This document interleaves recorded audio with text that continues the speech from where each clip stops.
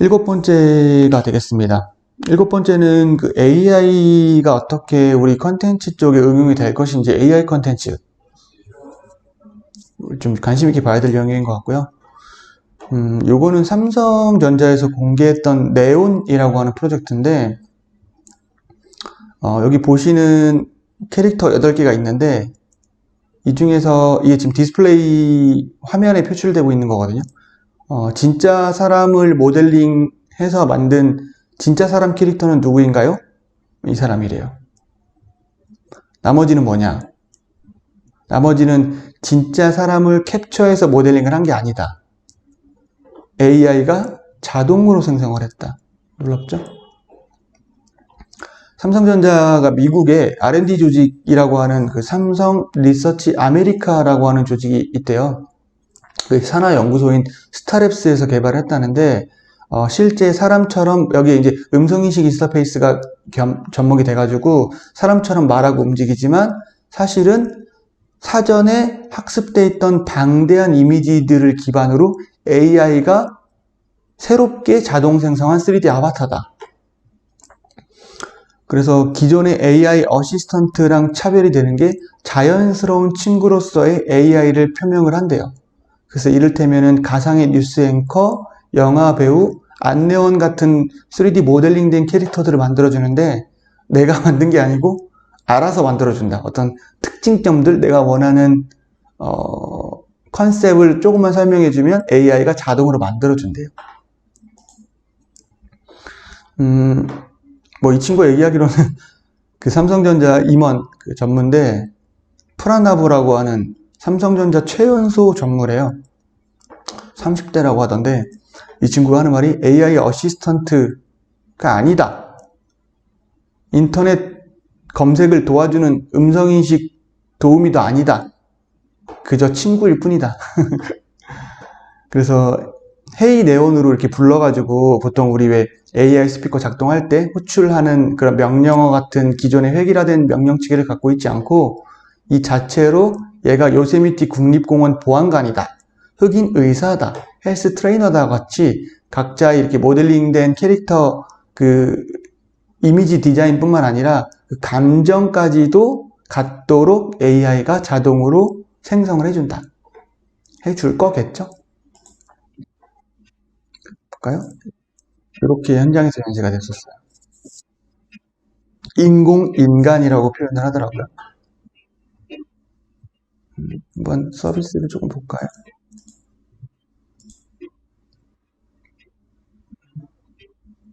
이 친구도 굉장히 디테일이 살아있죠? 근데 모르겠어요. 그러니까 프로그램만으로 사람의 형태랑 움직임을 만들었다는데 이렇게 디테일하게 만들 수 있을 것인가? 아무리 실시간 생성이 아니고 이 AI 캐릭터를 생성하는데 굉장히 오랜 시간, 방대한 시간이 걸렸다고 하더라도 이렇게 디테일하게 만들어낼 수 있을 것인가?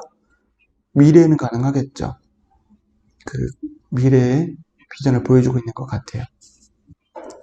현장에서는 일단 당장은 기초적인 감정 구현만 가능하고요.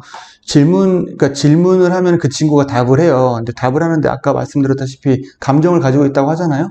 근데 일단 처리 시간도 길고 감정 표현도 부정확하고 일단 이 전무님이 말씀하신 거에 비해서 아직까지는 완성도가 많이 부족했고 제가 느끼기에는 지금 스마트폰에 탑재된 빅스비 수준으로밖에 일단은 정확한 그 질문에 대한 답이 돌아오지 않았어요. 잘 아시겠지만 음성인식에서 가장 중요한 게 문맥을 이해해야 되고 문맥을 이해한다는 건 중의어에 대한 표현을 이해하고 있어야 되는데 아직까지는 사실 많이 부족했던 것 같아요.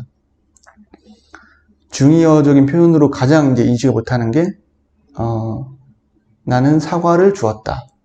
그 사과가 애플인지 어플로자이즈인지 알 수 없죠. 그 사전 문맥의 앞뒤 문장을 이해해가지고 유추해서 이해를 해야 되는데 네온도 마찬가지고 미래에는 그렇게 발전하겠지만 아직까지는 빅스비 정도 수준으로 일단 현장에선 파악을 했습니다. 다음은 AI 합성, 딥페이크라고 해서 지금 요즘에 언론에서 좀 많이 부정적으로 보도되고 있는 건데요. 이스라엘에서 딥넨이라고 하는 회사가 AI 기반의 딥페이크 기술을 접목한 할리우드 유명 스타의 얼굴을 제작하는 솔루션을 공개를 해줬습니다. 그 딥페이크라고 하는 거는 AI를 이용해서 영상 속의 인물의 얼굴을 다른 얼굴과 합성하는 기술. 그래서 머리 외곽선 전체, 이 외곽 전체는 아니고 그 안면 윤곽, 이 안쪽 부분만 집중적으로 분석해서 피부톤을 맞춰서 영상에 내 얼굴을 합성시켜주는 거예요. 바꿔치기 하는 방식이죠. 그래서 2D 영상에서 얼굴을 인식하고 AI로 학습된 알고리즘이 내 얼굴을 그 정밀로 합성을 한다. 보시는 것처럼 이렇게 시진핑과 부시를 합성하기도 하고요. 이게 지금 실제로 요건 아마 어쨌든 유명인의 몸에다가 얼굴을 다른 사람의 얼굴을 지금 합성시켜 놓은 거예요. 이분은 아마 이분이죠. 그러니까 이제 시진핑하고 부시를 합성해서 얼굴을 만들고 이 친구를 이 동영상에 이 얼굴만 갖춰서 합성을 시킨 거예요. 이 딥페이크 관련해 가지고 좀 윤리적으로 많이 이슈가 되고 있는 것 같아요. 그래서 요즘에는 이 딥페이크로 만든 영상을 딥페이크인지 아닌지를 또 판별해주는 또 AI 솔루션들이 등장을 하고 있다고 합니다. 우리는 어쨌든 간에 이 기술을 어떻게 컨텐츠 개발적인 측면에서 이용할 것인가, 어떻게 새로운 서비스를 만들 것인가에 대한 기획할 때 조금 참고하시면 좋을 것 같습니다. 아까 앞서 말씀드렸던 것들이 이제 2D 동영상에 내 얼굴을 2D로 합성시킨다면 조금 3D로 만들어주면 어떨까. 그래서 내 얼굴을 촬영을 하는데 촬영을 하면 앞면만 찍히잖아요. 근데 옆면과 뒤통수까지 만들어서 3D로 얼굴을 모델링 해주면 어떨까. 그래서 여기 미국에 있는 회사인데 밸러스 3D라고 하는 회사가 2D, 그러니까 여기서 이 지금 카메라예요. 카메라에서 사용자의 얼굴을 촬영을 하면 카메라가 여기 약간 곡선으로 생겼잖아요. 그래서 옆면까지 여기 추가로 촬영을 한 다음에 실시간으로 3D 모델링을 떠준대요. 볼까요? 이 친구가 얼굴을 촬영을 하면 이 카메라가 지금 보시는 것처럼 오른쪽, 왼쪽이 조금 더 튀어나와서 이쪽 옆통수를 더 찍죠. 그래서 지시하는 대로 약간만 움직여주면 캡처를 떠주는 거예요. 얼굴이 만들어졌죠. 어디다 쓰지? 재밌는 것 같아요.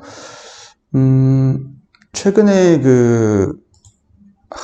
코로나 때문에 지금 만나서 회의하고 강의하고 수업 듣는 게 어렵잖아요. 그래서 원격지에 있는 인물과 실감형으로 통하는 기술에 대해서 좀 최근에 조금 더욱더 각광받고 있는 것 같아요.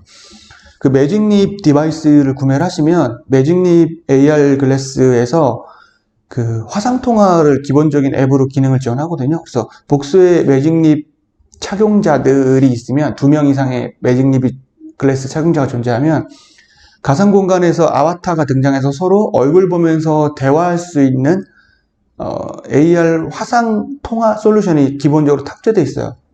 아바타가 등장을 하는데, 그리고 이제 매직립 같은 경우는 조이스틱 같은 그 컨트롤러를 손에 하나 들고 있는 거거든요. 그래서 컨트롤러와 글래스가 존재하기 때문에 그 아바타, 그 가상 공간에 등장한 아바타가 그 아바타의 상반신 캐릭터와 팔이 존재하는데, 내가 이제 왜냐면 그 컨트롤러를 실제 환경에서 들거나 이렇게 움직이면 그 가상 공간에 있는 캐릭터도 손을 움직일 수 있죠. 이제 컨트롤러가 존재하기 때문에. 그래서 화상 통화를 하는데 이제 그 재미가 없는 게 캐릭터 간의 대화를 한다는 게 조금 장난한다는 느낌이 든다고 해야 되나? 그래서 실제 얼굴을 가지고 면대면으로 가상 공간에서 통화할 수 있는 방법이 없을까? 조금 더 실감나지 않을까? 몰입되지 않을까? 그게 궁극적으로 발전하면 킹스맨에서 이렇게 테이블에서 홀로그램으로 모두 모여서 회의하듯이 실사를 구현할 수 있으면 훨씬 더 실감나는 영상통화가 가능할 것이다. 그게 이제 이게 좋은 예시가 될 것 같은 게, 얼굴을 실시간으로 3D 모델링을 지금 떴죠? 그리고 나서 이게 실시간 송출이 된다면 내가 한 번 모델링 뜨고 그 이후부터는 이 촬영 장비 안에서 계속 대화를 하면 이 모델링된 캐릭터가 실시간 원격지로 송신돼서 AR 글래스 환경 안에서 3D로 등장하는, 이렇게 구현을 해보면 조금 실감나지 않을까. 아마 이런 쪽으로 좀 기획해서 개발하시면 큰 투자를 받으실 수 있을 겁니다. 참고하시면 좋을 것 같고요. 요건 좀 재밌는 건데, 이거는 제가 이번에 CES 다녀와서 가장 좀 의미 있게 봤던 서비스 솔루션인 것 같아요. 이것도 마찬가지로 지금 좀 일단 설명을 좀 들어볼게요. AI 기반의 고속 비전 센싱 및 렌더링 기술인데, 소니가 이제 아까 카메라 회사잖아요. 그래서 고화질 카메라 8대를 이용해서 고속 객체 인식 및 스켈레톤을 검출하는 거예요. 무슨 말이냐면 고화질 카메라가 지금 탁구장 인근에 8대의 카메라가 설치되어 있는데, 이 카메라가 탁구하는 모습을 찍죠. 고속으로 캡처하는데 단순히 촬영을 하는 게 아니라 이렇게 그러니까 전방향에서 캡처를 하면은 얘가 그 스켈레톤 데이터를 추출하는 거예요. 캡처된 이미지를 기반으로 선수의 자세와 움직이는 소프트웨어가 실시간 스켈레톤 데이터를 변환을 해요. 그러면 이 스켈레톤 데이터가 유니티 안으로 들어가면 유니티에서 사전에 만들어 놓은 3D 모델링과 실시간으로 합성시켜서 애니메이션을 변환할 수 있는 거죠. 볼까요? 본 디텍션이라고 하는데 좀 굉장히 의미 있게 봤어요. 이렇게 탁구하는 모습을 카메라가 촬영을 하면 카메라만으로도 스켈레톤 데이터를 뽑을 수 있다.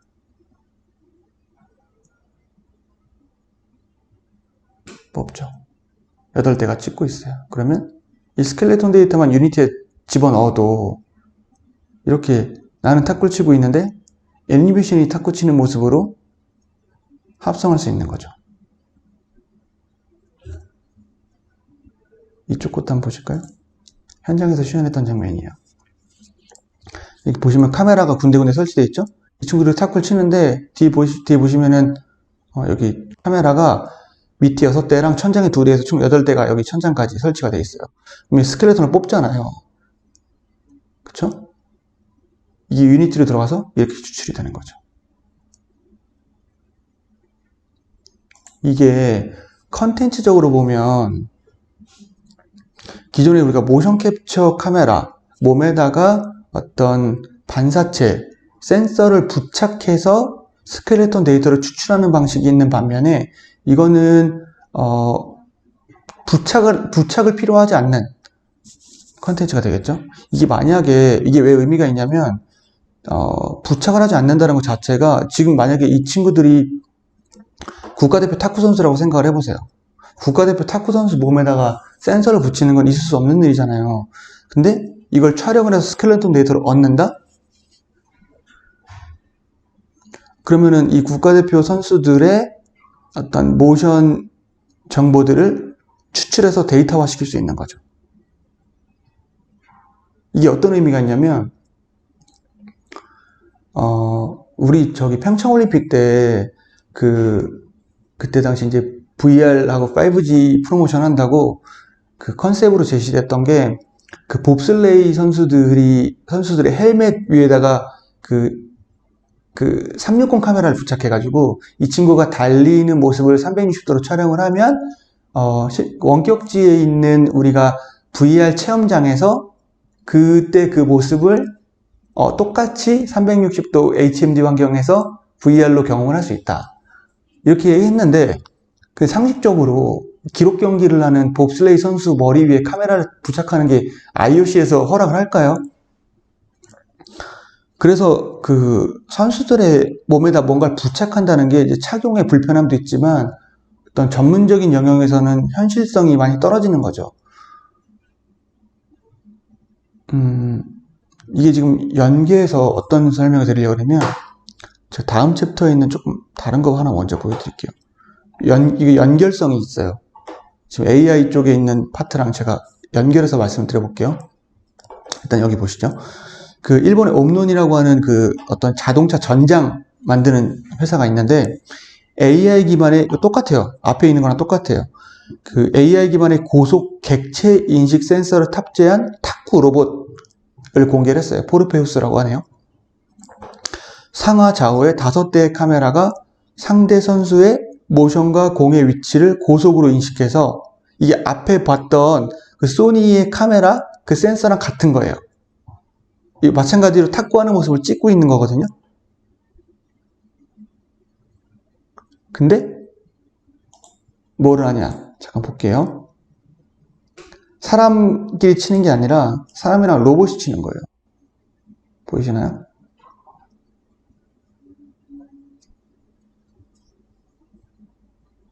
로봇이 어떻게 저렇게 잘 치지?